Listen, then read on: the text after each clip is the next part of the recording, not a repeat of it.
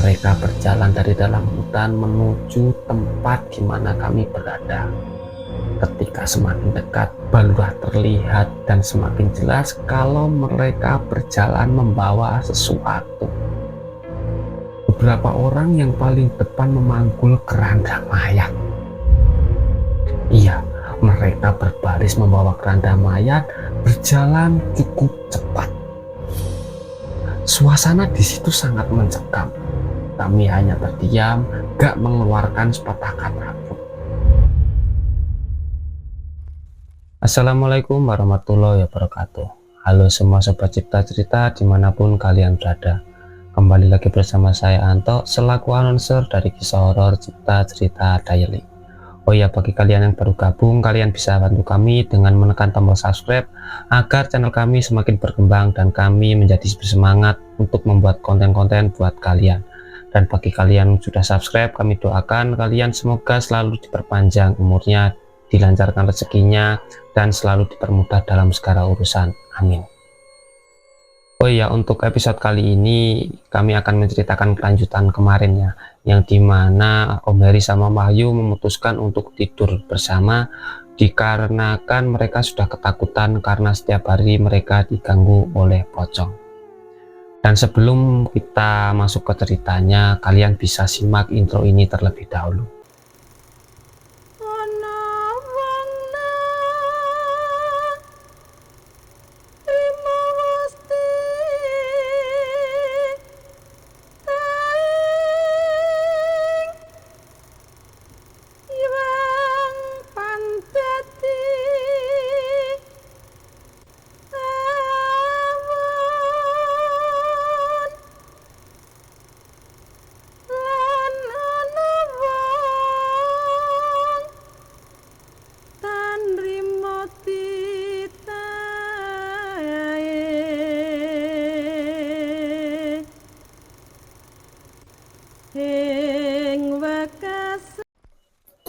Hari-hari kami jalani seperti layaknya pekerja, menjalankan tugas sebaik-baiknya. Tentu saja diiringi dengan banyak kejadian aneh yang menyeramkan. Kami jalani semua sambil berdoa tabah dan bersabar. Hampir setiap malam nenek yang menyapu dengan sapu lidi terdengar aktivitasnya. Namun Om dan Wahyu nggak pernah lagi menghiraukan, apalagi sampai berniat untuk melihat wujudnya. Kami hanya membiarkan dia dengan kegiatannya sampai menghilang dan tidak terdengar sama sekali. Terkadang nenek itu menyapu sambil mengeluarkan suara, kadang tertawa, kadang menangis seperti hendak menarik perhatian kami. Namun kami tak bergeming. Dalam ketakutan, kami tetap menghiraukan dan mencoba untuk tidur. Setelah sudah beberapa lama tinggal dan bekerja di tempat itu, Om mulai hafal dengan seluk-beluk hampir di setiap sudut perkebunan.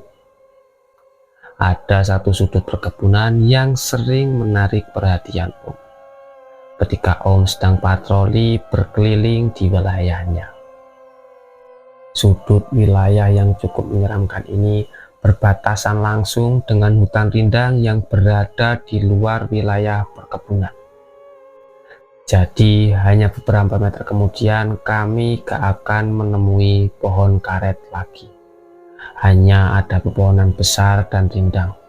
Hanya sedikit sinar matahari yang masuk yang dapat menembus di dalamnya. Seram sekali melihatnya, walaupun dalam keadaan siang hari. Wilayah itu cukup jauh dari rumah tempat tinggal kami. Tapi mau gak mau, kami harus berpatroli sampai ke tempat itu. Kalau pada malam hari, Om dan Wahyu berdua yang berpatroli di tempat itu.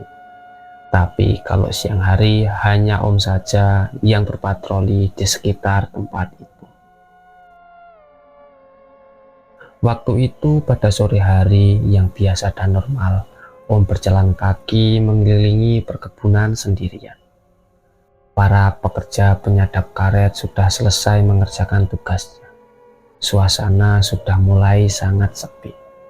Nggak ada orang sama sekali. Cuaca sangat bersahabat. Sore yang cerah tapi nggak terlalu panas. Om berjalan kaki menyusuri jalan tanah yang kadang diselingi rerumputan. Jalan setapak yang membelah sela-sela barisan pohon karet.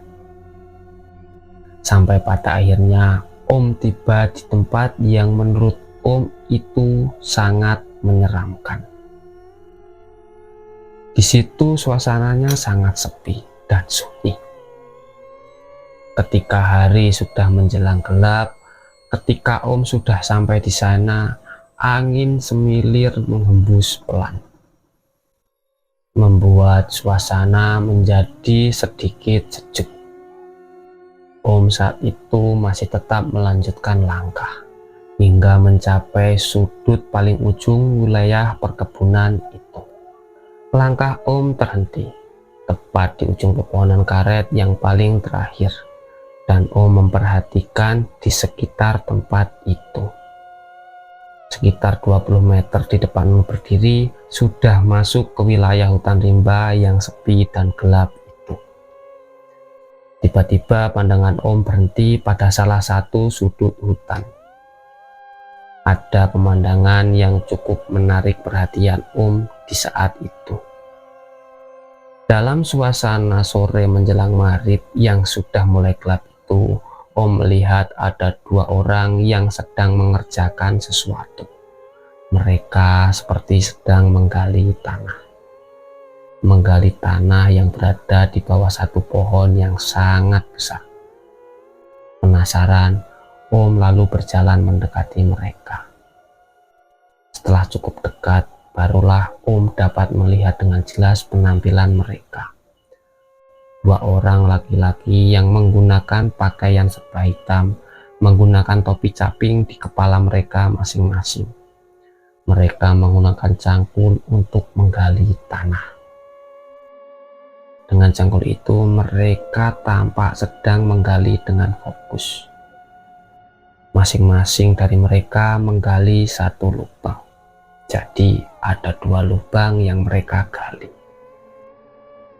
Lubang itu berukuran kira-kira 2 kali 1 meter. Tampak seperti lubang kuburan. Iya, tampaknya mereka sedang menggali 2 liang kubur. Aneh, karena setelah sudah beberapa lama tinggal di situ, Om nggak pernah melihat ada pekuburan di wilayah itu. Dua orang itu tampak nggak terganggu dengan kehadiran Om yang sudah berdiri hanya beberapa meter di belakang mereka. Om masih diam dan tidak mengganggu. Masih hanya berdiri memperhatikan mereka menggali. Kembali ada yang menarik perhatian, yang membuat Om semakin yakin kalau mereka sedang menggali kubur. Tepat di sebelah salah satu liang kubur tergeletak 2 papan kayu yang berbentuk nisan. Posisi Om berdiri cukup dekat untuk membaca tulisan yang ada pada papan itu. Papan itu tertulis Supri, sedangkan papan yang kedua tertulis Mariono. Tulisan menggunakan cat hitam yang cukup besar. Suasana sudah mulai gelap ketika dua orang itu akhirnya menghentikan kegiatannya, dan barulah keduanya melihat ke arah Om berdiri. Assalamualaikum, saya Heri yang bekerja di perkebunan sebelah. Om membuka percakapan sambil memperkenalkan diri. Gak lupa menjelukkan tangan ke salah satu lelaki itu untuk mengajak bersalaman. Salah satu dari mereka berjalan perlahan ke arah Om. Seorang lelaki berkumis tipis berumur sekitar 50 tahunan. Dia menyambut juluran tangan Om dan kami pun bersalaman. Seketika Om merasa kaget. Karena ketika bersalaman, Om merasakan kalau tangan Bapak itu terasa sangat dingin seperti mayat. Saya Supri, itu teman saya Mariono.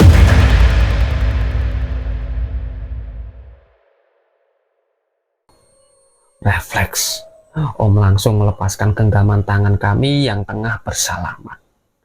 Nama yang mereka sebutkan adalah nama yang tertera pada dua papan nisan yang tergeletak di sebelah liang kubur.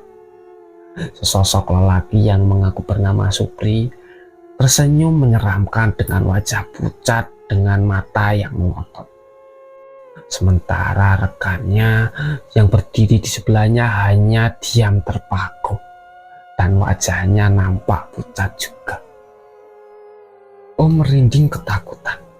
Om berjalan mundur menjauh perlahan, kemudian membalikkan badan dan berjalan dengan langkah yang cukup cepat. Dan ketika sudah agak jauh, Om memberanikan diri menoleh ke belakang. Dan mereka masih ada di sana dalam kegelapan hutan, berdiri menghadap ke arah Om berjalan. Dan semakin cepat langkah Om untuk menjauhi hingga akhirnya mereka nggak terlihat lagi. Kejadian yang cukup aneh itu langsung Om ceritakan kepada Wahyu malamnya. Wahyu bilang dia belum pernah melihat kejadian itu karena katanya belum pernah berjalan sendirian sampai ke tempat yang Om maksud. Ia hanya bercerita pernah ada kisah yang beredar dari mulut ke mulut kalau dulunya ada satu wilayah di hutan itu pernah ada kejadian yang sangat menyeramkan. Kejadiannya terjadi bertahun-tahun lalu, sudah lama sekali. Pernah ada dua orang yang akan dibunuh oleh sekelompok orang, yang menurut kabar yang beredar pembunuhan itu terjadi karena ada perselisihan bisnis antar kelompok. Dan sebelum dibunuh, kedua orang itu disuruh untuk menggali kuburannya sendiri oleh orang yang akan membunuhnya. Beberapa kali setelah kejadian itu, kami kedatangan tamu. Pak RT dari desa sebelah datang berkunjung. Pak Roni namanya. Sebelumnya Pak Roni sudah beberapa kali datang. Kali ini adalah kunjungan yang kesekian kalinya. Sore itu kami berbincang seru sambil ditemani kopi dan singkong rebus hasil menanam sendiri. Hasil berkebun Wahyu di sela-sela waktu senggangnya. Seperti biasa, beliau bercerita dengan semangat, dan setiap kalimat yang keluar dari mulutnya selalu diiringi dengan mimik muka dan gestur tubuh untuk menambah jelas alur cerita. Jadi rumah yang kalian tinggali ini sudah lama berdiri. Berbarengan dengan perkebunan ini sekitar tahun 1950-an. Waktu itu saya masih kecil, tapi kurang lebihnya saya tahu dan saya paham sejarah tempat ini. Pak Roni mulai membahas tentang rumah yang Om dan Wahyu tinggali. Sebelumnya perkebunan ini adalah desa kecil yang jumlah penduduknya nggak terlalu banyak. Desa yang cukup terpencil, tapi ada yang cukup menyeramkan dari desa itu. Apa itu Pak yang menyeramkan? Tanya Om mulai penasaran. Dengan logat Melayu yang kental, beliau melanjutkan cerita. Kali ini setengah berbisik dan ada raut ketakutan yang tersirat di wajahnya. Ada pemakaman yang cukup besar di dalam wilayah desa itu. Sangat besar dan luasnya hampir separuh dari luas keseluruhan desa. Kenapa bisa sampai seluas itu? Karena pemakaman itu bukan hanya diperuntukkan bagi orang yang meninggal di dekat situ, tapi juga untuk orang yang meninggal di desa-desa sekelilingnya yang kadang jaraknya cukup jauh. Dan juga pemakaman itu sudah cukup tua, dan menurut cerita yang beredar sudah ada sejak tahun 1800-an. Dan hingga pada akhirnya desa tersebut digusur untuk penanaman pohon karet untuk perkebunan ini. Termasuk pemakaman besar itu ikut juga digusur dan dipindahkan ke tempat pemakaman yang baru jauh dari sini. Kemudian Pak Roni mendekatkan posisi duduknya ke tempat duduk kami. Suaranya semakin kecil, mimiknya ketakutan semakin tampak di wajahnya. Menurut cerita yang beredar, ada banyak makam yang tidak terbawa untuk dipindahkan karena kurangnya data mengenai pemakaman itu. Hanya makam-makam yang masih terlihat yang dipindahkan dan sisanya tertinggal di wilayah ini. Om dan Wahyu terkejut mendengarnya. Setelah mendengar cerita beliau, kami jadi teringat satu peristiwa yang terjadi beberapa hari sebelumnya. Peristiwa seram yang sepertinya berhubungan dengan kisah yang diceritakan oleh Pak Roni. Seperti biasanya, hari itu Om dan Wahyu pergi ke kota terdekat untuk membeli kebutuhan harian. Biasanya kami berbelanja setiap 2 minggu sekali.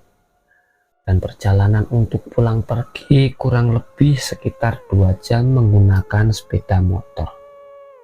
Tapi nggak seperti biasanya, disebabkan karena satu dan hal lain kami terpaksa pergi ke kota sore hari. Biasanya kami pergi di saat siang atau pagi.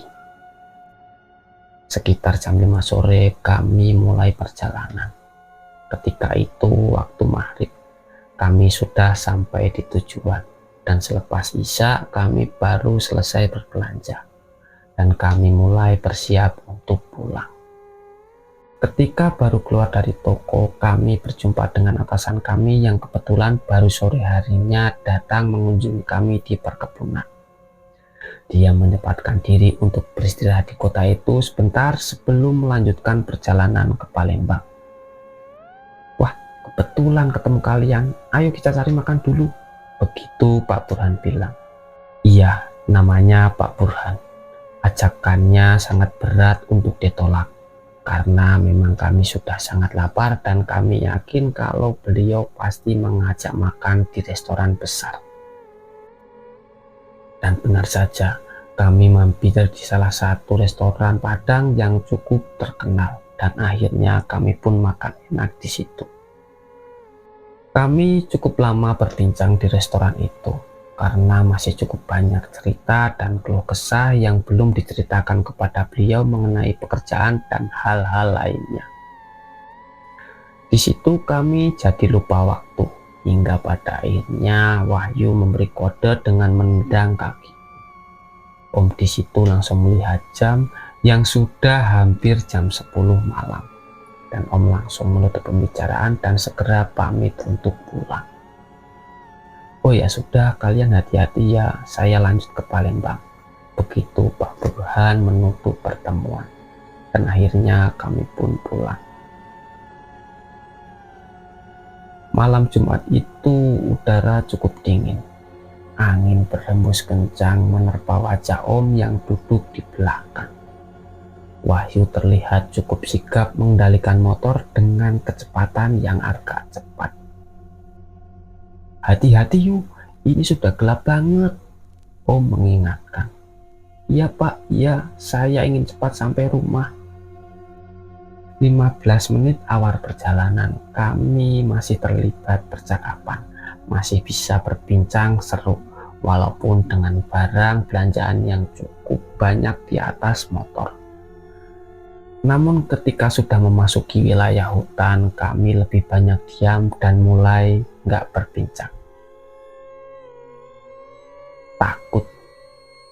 Iya, Om mulai takut dan Om yakin kalau Wahyu juga merasakan hal yang sama. Jalan sudah memasuki jalanan tanah. Kanan dan kiri hanya pohon rindai yang terlihat amat sangat gelap. Cahaya yang terlihat hanya berasal dari cahaya motor yang kami tunggangi dan hanya suara deru motor yang terdengar di tengah-tengah hutan itu. Hanya tinggal beberapa kilometer lagi kami sampai ketika lampu motor mulai berkedip-kedip seperti hendak mati. Ditambah suara mesinnya yang mulai terdengar berebet atau batuk-batuk. Dan benar saja, mesin motor pun akhirnya mati. Sesuatu yang sangat Om takutkan akhirnya terjadi juga. dan kami terdampar di tengah hutan itu di malam hari. Om turun dari motor. Wahyu langsung mencoba memperbaiki motor, dan terlihat wajah Wahyu cukup cemas. "Apa kita dorong aja motornya, yuk, kita jalan kaki saja," Om memberi ide. "Saya coba untuk memperbaikinya dulu ya Pak, paling hanya businya yang kotor." Suasana mulai mencekam, dan jam sudah lewat dari pukul 11 malam. Gak ada suara sama sekali, hanya terdengar suara peralatan Wahyu yang mencoba memperbaiki motor. Malam itu terasa sangat hening dan semakin mencekam ketika terdengar suara lolongan anjing dari kejauhan. Lolongan yang panjang, lolongan yang biasanya menandakan sesuatu. Om coba mengalihkan pikiran dengan ikut berjongkok di sebelah Wahyu. Suara lolongan anjing semakin jelas dan dekat terdengar. Om melihat ke arah Wahyu ketika tiba-tiba mencolek tangan Om dan kemudian menunjuk ke arah hutan. Dan di tengah gelapnya malam itu, Om mencoba melihat ke arah Wahyu tunjuk. Tapi Om di situ nggak melihat apa-apa, cuma deretan pohon dalam gelap gulita. Suara lolongan anjing kembali terdengar ketika Om akhirnya bisa melihat apa yang dimaksud oleh Wahyu. Dari kejauhan, Om melihat ada beberapa orang yang berjalan berbaris. Saking gelapnya orang itu masih terlihat seperti siluet hitam. Mereka berjalan dari dalam hutan menuju tempat di mana kami berada. Ketika semakin dekat, barulah terlihat dan semakin jelas kalau mereka berjalan membawa sesuatu. Beberapa orang yang paling depan memanggul keranda mayat. Iya, mereka berbaris membawa keranda mayat, berjalan cukup cepat. Suasana di situ sangat mencekam. Kami hanya terdiam, gak mengeluarkan sepatah kata pun. Sangat menyeramkan ketika tengah malam di tengah-tengah hutan melihat orang yang berbaris membawa keranda mayat. Om merinding ketakutan. Begitu juga dengan Wahyu. Ketika sudah cukup dekat, barulah terlihat kalau orang-orang itu berpakaian serba hitam, berbaris memanjang sambil berjalan. Ternyata bukan berjalan. Mereka terlihat seperti melayang, gak menyentuh tanah, walaupun kaki-kakinya bergerak seperti melangkah. Kami pun di situ kembali terdiam dan ketakutan. Dan untunglah ketika sudah tinggal beberapa meter dari jarak kami, mereka berbelok ke arah kanan, ke arah di mana rumah kami berada. Dan setelah semuanya berbelok, kemudian mereka berjalan menjauh hingga semuanya menghilang di telan gelapnya malam. Dan suara lolongan anjing itu pun ikut menghilang. Setelah sudah mulai hilang ketakutan dan rasa kaget, Wahyu mencoba menghidupkan kembali motornya. Alhamdulillah motor kembali hidup seperti semula dan buru-buru mereka melanjutkan perjalanan. Masih tanpa banyak kata yang keluar dari mulut kami. Kali ini Wahyu sangat pelan mengendarai sepeda motornya dan dia masih merasa ketakutan. Dan gak sampai 15 menit kemudian Om kaget dan nyaris terjatuh dari motor karena tiba-tiba Wahyu ngerem mendadak menghentikan motor.